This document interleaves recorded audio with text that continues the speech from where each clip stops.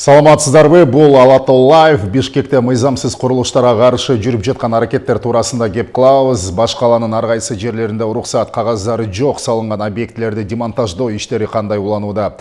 Бул процесс канчалык мыйзамдуу жана адилеттүү жүргүзүлүүдө? Курулуш ээлерине кандай шарттар сунушталып жатат жана мындай мыйзам бузууларды алдын алуу үчүн кандай чаралар күчөтүлдү?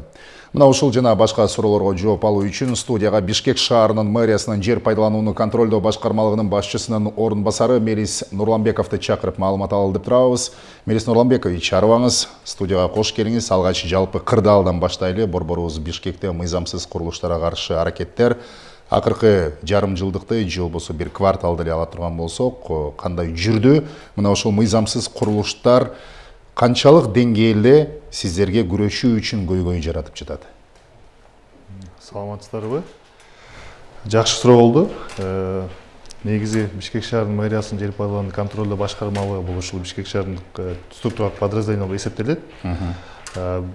26 жылдын 1-кварталында жыйынтыктар боюнча бир кыскача маалымат берип кетсем, бул Бишкек шаарынын аймагында 1-кварталда бир жалпысынан 2861 объект бул демонтаждалган. Анын ичинен 2448 объект болсо бул жеңил типтеги курулуштар болсо, 413 бул капиталдык курулуштарга кирет. Бул кайсы тармактарда иш болот? Бул 26 жылдын жол куруу максатында да тоскоолдук болгон 398 объект бул жолго тоскоолгон объекти демонтаждалган. 1105 бул жарнама такталары, жана иретсиз тротуарга коюлган жарнама такталары. Мына ушул мыйзамсыз объектилерди алууда сиздер күрөшүүдө кандай көйгөйлөр жаралып атат ээлери менен? Бардыгы эле бир калка макулдугун берип, сиздер алдын ала баягы эскертүү чараларын жүргүзөсүздөр. Ошол учурда каршылык көрсөткөндөр дагы болушу мүмкүн. Туура. Негизгиси бул жер колдонуучу деген бул жер колдоонун өзүнүн эрежелери бар да. Ошону билиш керек. Бирок көп жер колдонуучу билбейт ал эрежелерди. Көп мезгилде жанагы өзүнө берилген таандык жеке менчик укугунан же мөөнөт укугунан ашыкча чыгып кеткен мезгилдер кездешет. Ошол мезгилде бизде атайын топ комиссия иш алып барышат, бул шаардык түзүмдүк органдар менен биргеликте. Анан ошол адамдын кандай бир объект болсо, ошонун мыйзамдыктан аныктап, көрсөтүп, анан ал адам ынанган сайын объект демонтажга кетет. Өзүнө таандыктан тышкаркысы. Адан тышкары дагы шаарда көрүп аткан объектилер демонтажга учурайт. Бул жанагы буга чейин иштеп келген күркөлөр, кафелер, ресторандар, бул жанагы шаардын аймагындагы жакшыртуу иретинде же жол сарган кезде мэриянын комиссиянын чечимдери чыгат, убактылуу мөөнөттөрүн токтотуу боюнча. Или келишимдер мөөнөт бүткөнүнө байланыштуу ошол кварталдын өнүктүрүү жагында мэрия келишимдерин узартуудан баш тартып, ал объекттерди бузууга муктаждык берет да. Ошол менен анан биздин башкармалыктын кызматкерлери булар баягы түшүндүрүү иштерин алкагында ал эрежеде көрсөтүлгөн атайын биз эскертүү баракчаларын беребиз. Бирөөнүн буюмун өздөрү алып кетиш керек да. Алынган жерди баштапкы абалына алып келиш керек. Ошол иштин натыйжасында элдер азыркы учурда көп элдер бул мыйзамга баш ийип көптүгүн өздөрү алышат да. Анткени ал бирөөнүн оокаты ал өздөрү алып барып бөлөк жака колдонсо болот. Эми азыр көпчүлүк жарандарыбызда ошол туура эмес жерге салып алабызбы же болбосо мыйзамсыз курулуш жүргүзүп атабызбы деген суроонун тегерегинде маданиятты сактап же болбосо жер пайдаланууну контролдоо башкармалыгына барып маалымат алып калды десек болот. Бирок буга чейин көпчүлүк жарандарыбыз эреже сиз айтып аткан жер пайдаланууну тартипти сактай бербегендиктен мына ушундай башаламан мыйзамсыз курулуштар борборубузда көп тилекке каршы кездешип жатпадыбы? Сиздер кандай критерийлер менен аныктайсыздар ушул канчалык курулуштун мыйзамсыз, мыйзамдуу экендигин? Ооба, белгиленген сызык бар же болбосо белгиленген бир тилке бар, чен бар, ошондон чыкпаш керек деген бар. Дагы башкалар барбы? Туура. Көпчүлүгү биле бербейт да жарандарыбыз. Мисалы бир колдон экинчи колго сатып алынган жерлер дагы болушу мүмкүн. Убагында биринчи ээси билип турса дагы баягы экинчи ээсине мындай сатып ийип, ал билбей алып алып, андан кийин балким курулуш демонтаждалып же алынып салынган учурлар дагы болушу мүмкүн. Негизгиси мындай да, ар бир жер алып атканда адам ошо жердин багыты менен тааныш керек. Жеке менчик укугу болгон күндө да же муниципалдык болгондо жердин ар биринин өзүнүн жер кодексине ылайыктуу жерге болгон мамиле ошо жер кодексинде жазылат. Ал жерде ар бир жердин өзүнүн категориясы бар, функционалдык багыты бар. Буга чейин мындай түшүнүк болуп келген да, мен жерге укугум болсо, мен ал жерге өз каалаганымды сала алам депчи, бирок ал туура эмес. Анткени жердин багытын алгандан кийин бул ошол шаар архитектурасына барып, ген план ал жерде эмне каралган, ошого тийиштүү документтерди ортунан алып чыгыш керек. Ошонун негизинде бул жерге болгон тастоочу документ, бул жерге болгон документ, а жердин үстүнө кандайдыр бир курулуш курам десе, бул проектный документациянын негизинде иш алып барыш керек. Ошондо бул толук мыйзамдуу болуп чыгат да. Ошондо жанагы проект алган кезде ал жерде сызыктарды билет, красный линия деп коет, кызыл сызык, өзүнүн чектен чыкканы аныкталат. Анткени ал чертеждө баары көрсөтүлөт. Нормаларды карап берет, анткени специалист. Бизде көбүнчөсү салып алгандан кийин барып анан мыйзамдаштырып алганда, мыйзамдаштыруу процессин өтпөй калат. Элдер маселе жаралып кетет да. Азыркы күндө ошол эки эрежени сакташ керек. Бул жердин багытын бузбаш керек. Анан ар бир курулуунун алдында өзүнүн чектерин аныктап, шаар куруп ортун сунаш керек. Өзүм билем, каалаганымды салам деп убагында аларга уруксат бергендер бул учурунда кала бийлигинде иштеген жетекчилер, шаардык кеңештеги депутаттар эмеспи? Себеби дегенде ушундай мыйзамсыз курулуштар менен күрөшүп жүргөндө мурдагы чиновниктердин аты сөзсүз айтылат.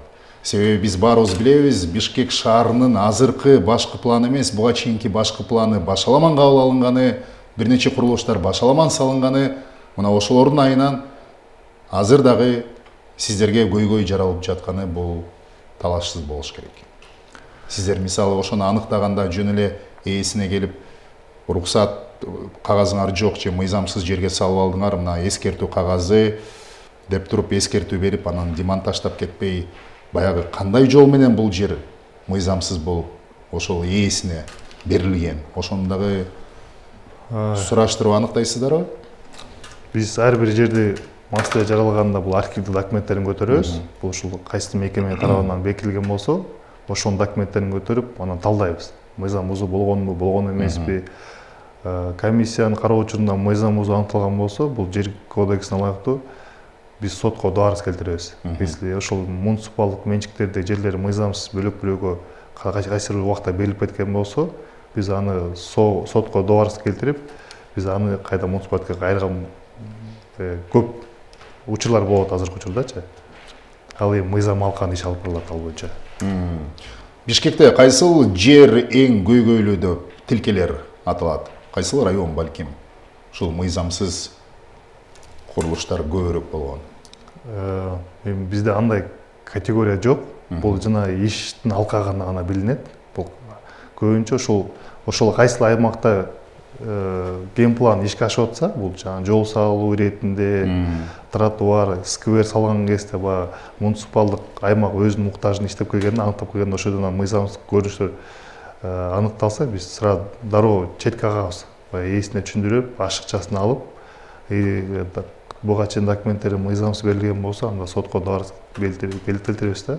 Бирок сотко чейинки өндүрүштөр болот. Бул ошол ээси менен туура түшүндүрүп иш жүргүзгөк, эгер ээси ынанса, мыйзам бузуу аныкталган, ал өз уктары менен ал жерди бошотуп бергенге иш алып барылат да. Сиздин пикириңизче, уруксат кагаздары жок, мыйзамсыз курулуштар эмне себептен бизде көбөйүп кеткен?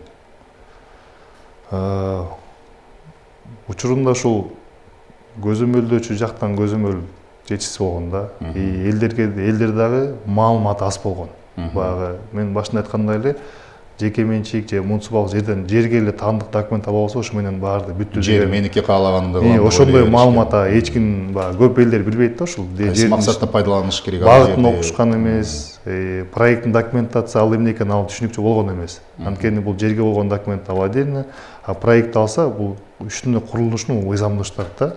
Ошондо бул толук кандуу мыйзамдуу объект болуп саналат. Мерис мырза, эми баягы элде ушундай иштер жүргөндө сөзсүз пикир, ой жаралбай койбойт, канчалык процесс адилеттүү жүрүп атат.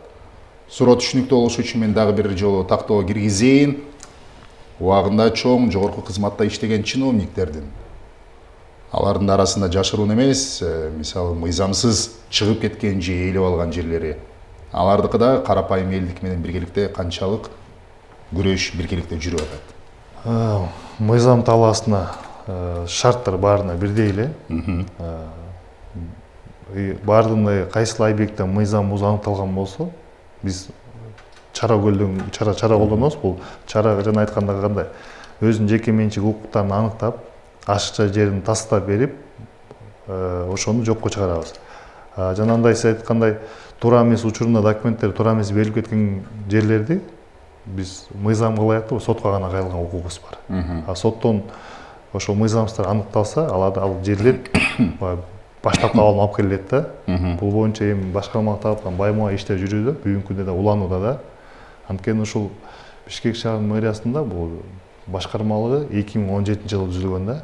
Ушул 2017-жылдан баштап ушул Бишкекте мыйзамсыз объектилерди болтурбай жана иреттөө ушул азыр иш бүгүнкү уланып келүүдө. Бул менин оюмча бул жакшы натыйжасын берген мекеме. Анткени бул мекеме пайда болгондон баштап шаарга мыйзамсыз салган адамдар саны азайды да, өтө азайды.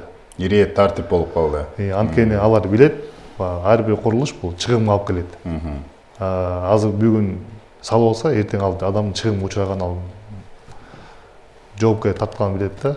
Ошондой эле укук бузуулар кодексин алайыктоо бизде бул жер колдонуучуларга административдик чаралар тартипте жазылган. Бул жердин эсли жеке тарап жеринин өзүнүн чегинен ашып кетсе, бул 30 000 сомдук айып пулга жыгылат. Юридикалык тарап болсо, бул 100 000 сомдук айып пулга жыгылат. Жалпысынан башкармалыктын биринчи кварталына биз жалпысынан 841 протокол түзүлгөн, административдик протокол. Жалпы суммасы бул жыл башынан бери эле. Биринчи кварталына отчет мезгилинде. Жалпы суммасы 31 миллион 66 миң сомго түзүлгөн. Бул ошо жер колдонуучулар жер эрежелерин сактабай бузгандыгына байланыштуу. Ошондой эле накталай акча өндүрөбүз. Бул жанагы жалпак сөз менен айтканда түшүндүргөндө бир 10 чарчы метр жер берип договор алган жерге 15 чарчы метр колдонгондорго ошого бекитилген тарификация менен санап берип туруп, шаардын бюджетине акча өндүрөбүз. Бул биринчи кварталдын эсебинде 9 миллион 474 миң сом өндүрүлгөн. Бул шаардын казынасына. Сейил бактарда канал жээктериндеги курулуштар менен күрөш кандай болуп атат бүгүнкү күндө?